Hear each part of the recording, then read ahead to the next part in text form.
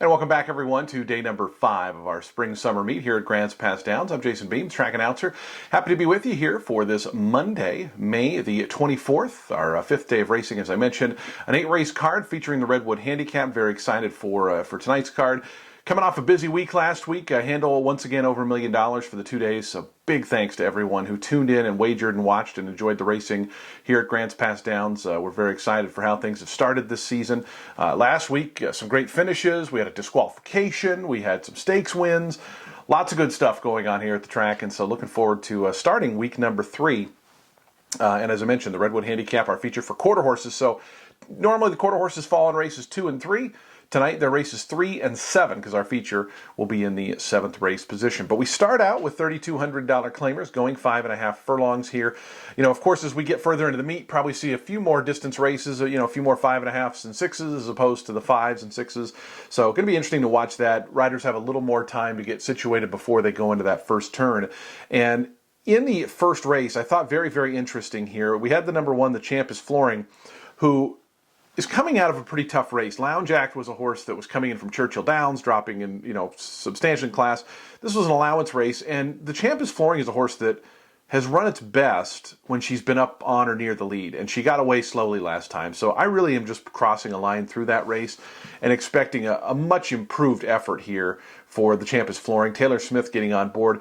It's worth noting a few of these runners have had Jory Scriver on board in the past. Jory ends up staying with the number 5, Teaspoon of Pepper, who has been down at Turf Paradise and running okay, competing, 4th and 5th place finishes, or fourth place finishes in her last couple. And, Turf Paradise horses so far have fared pretty decently up here at Grants Pass Downs, so wouldn't expect that to not continue. And Billy Christian, who had a little bit of a slow first week, had a really good second week. He won a pair of races, and so he's, I shouldn't even have said he had a slow first week. He's 3 is not a very big sample. So, sorry, Billy. Shout out, Billy.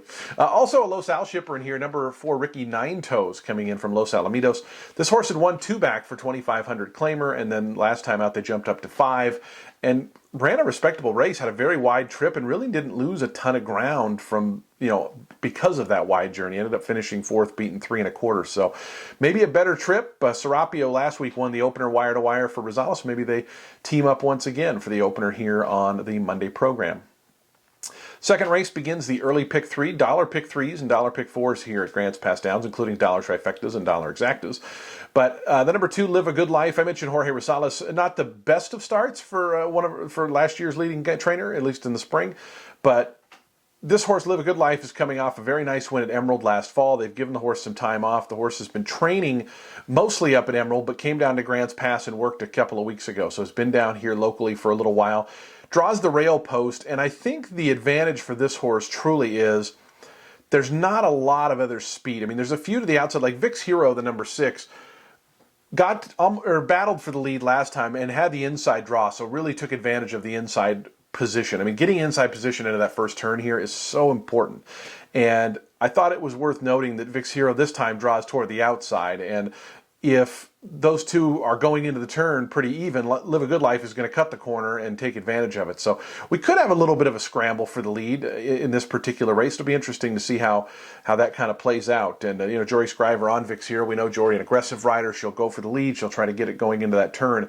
Should mention the number 7 at Johnny 5 for Bill Hoff. This is a horse that ran for Charlie Essex last fall here at Grants Pass Downs and just barely missed getting a win in its first local start, and then didn't run all that great after a really bad start in career start number 2. So I kind of am forgiving of that second one. If you go back and watch the replay, it was just a bad trip. And, with the half-mile track racing, it's really tough to overcome some trouble. It's a very, very difficult thing here. So I try to be a little more forgiving here than I might be at a traditional mile track where a horse maybe has a lot longer on the home stretch to kind of make up some ground, or maybe just a flat-out longer race.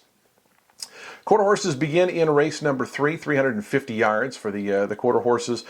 Hector Magallanes with a first-time starter in Farm Cash. We've seen Hector have a couple of really good runs here early on in the season. I thought the 4 Arianda deserved a little bit of a look. This horse was a maiden in a couple starts last year, just barely got beat by Holly Van Gogh, who's come back this year to run pretty decently in a couple of starts, and in fact got put up in the disqualification, I believe, last week. And then the second time out didn't fare as well and was drawn down on the rail, and I just thought this was one that could be a little bit of a wake-up call here in what's a pretty wide-open event. I mean, Cowboy Beta Dash, very, very consistent type runner, actually has won before but was disqualified, and so still in maiden situations. And, I just thought it was kind of a fun little race here. Didn't necessarily love anything down on the inside. 4 and 5 to me were kind of the ones that looked the most interesting in the third race, the quarter-horse event. Again, second quarter-horse race will be later on in race 7. We start the jackpot pick 5 in race number 4, and the carryover pool getting up there, 23,000 plus. We've had a few formful late pick 5s in our last couple of cards, and so obviously you have to be the only winning ticket to take home the jackpot, but 23,000 plus. This race, a filly race for $10,000 claimers, non-winner of 3 lifetime, and Jason Homer, I want to give him a little bit of shout out. His horses have shown up ready to run this meet. He had a winner with a first-time starter. He's had another winner. He's 4 out of 5 in the exacta. This horse here, Wishful One, was one of those winners. Rallied from off the pace, which of course we know is not the easiest thing to do here in a 5-furlong race. Was 7th, but kind of cut the corner very nicely under Eduardo Gutierrez Sosa and got the win. But this one coming right back here seems like a logical step, right? Allowance non-winner 2, drop down a little bit to what I believe is one of our highest claiming levels here for the non-winners of 3 starts. So I thought a 5-1 kind of an interesting one. I think you're going to have a big favorite in here for number 4, Miss Important. This horse last seen at Del Mar last summer, a $32,000 horse who was claimed, but the claim was voided. So obviously some kind of injury issue there. The horse has been back working at Golden Gate Fields since March, and came up to Grants Pass last week for a work 48-2 going 4 furlongs. But this horse won for $50,000 non-2 at Churchill Downs. We saw this with Lounge Act, right? Huge, class dropper from the big circuits. Came back and won, did Lounge Act, but it was not an easy win. Had to work and just barely got up in the final jump. So, if you're against a horse like this, there are some other alternatives. I think Bright Lily ran a kind of a nice race last time. It was a big price, but still came on for a pretty good third.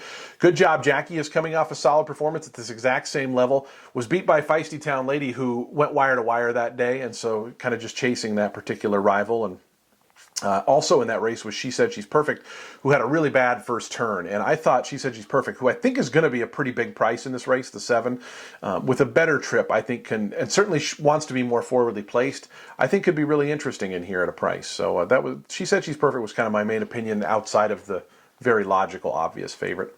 The 5th race begins our $1 late pick 4. It's a $5,000 maiden claiming event. The number 1 Vibranium is coming off a second place finish back on opening week. Heavy Hall won that race going wire to wire, broke like a rocket, went to the front, never looked back, and was just going to be impossible to reel in. And so with the class drop and, for at least if you're rooting for Vibranium, hopefully nobody up front that you have to catch that's going to be loose like that. I thought a major player in here. I think the Jason Homer first-timer, after we saw that really good debut effort from one of his horses earlier in the meet, I got to think that maybe his horses are just coming in here live. Jory Scriver, our leading rider right now, takes over the mount, and Jory's off to a very fast start here at Grants Pass Downs in 2020. So kind of a fun little maiden race. I also wanted to mention the 5 Jayhawk Flyer for George Rosales. This horse took some money in the debut, 4-1.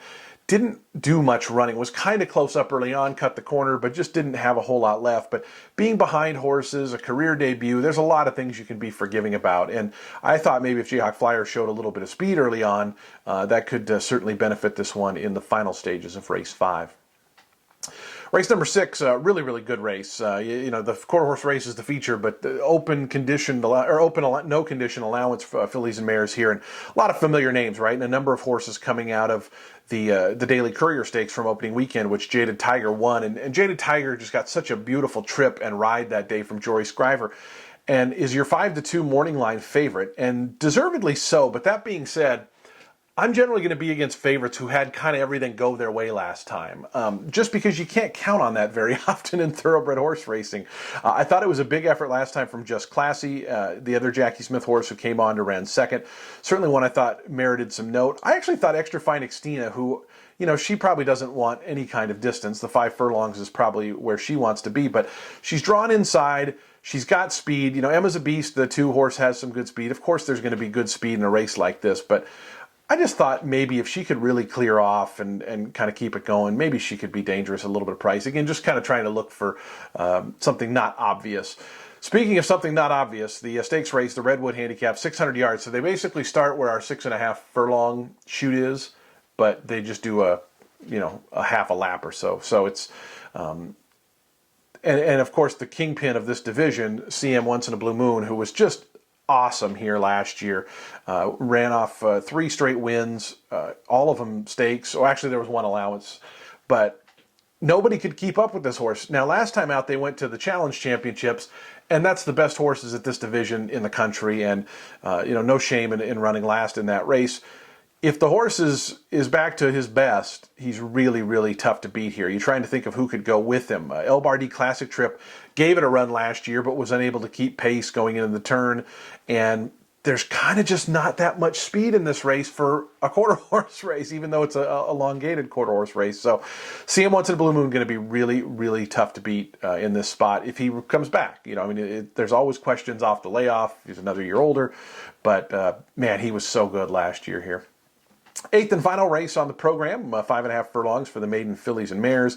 San Juan Storm coming out of the Jacamina race last week and kind of just ran an even race, but was a little bit wide. I think being down toward the inside might help this one's cause. Was drawn toward the outside last time out and just never in like the best spot. And so I thought San Juan Storm was a little bit of a wake-up possibility.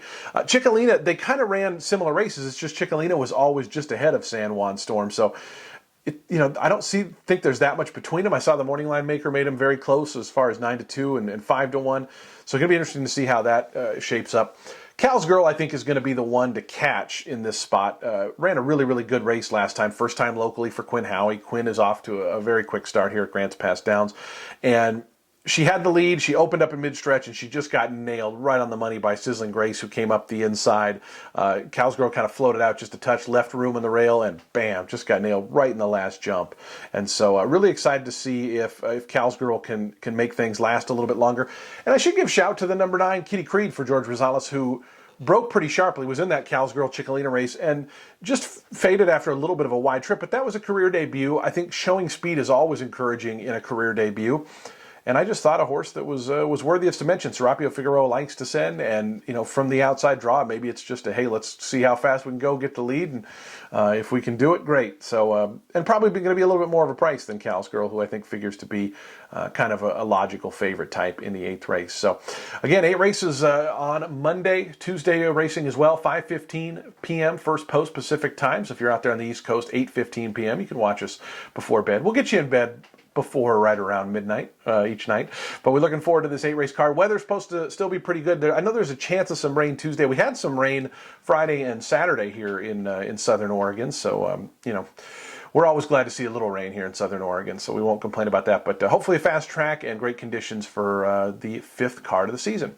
Best of luck, everybody, on this Monday program. We'll see you back tomorrow.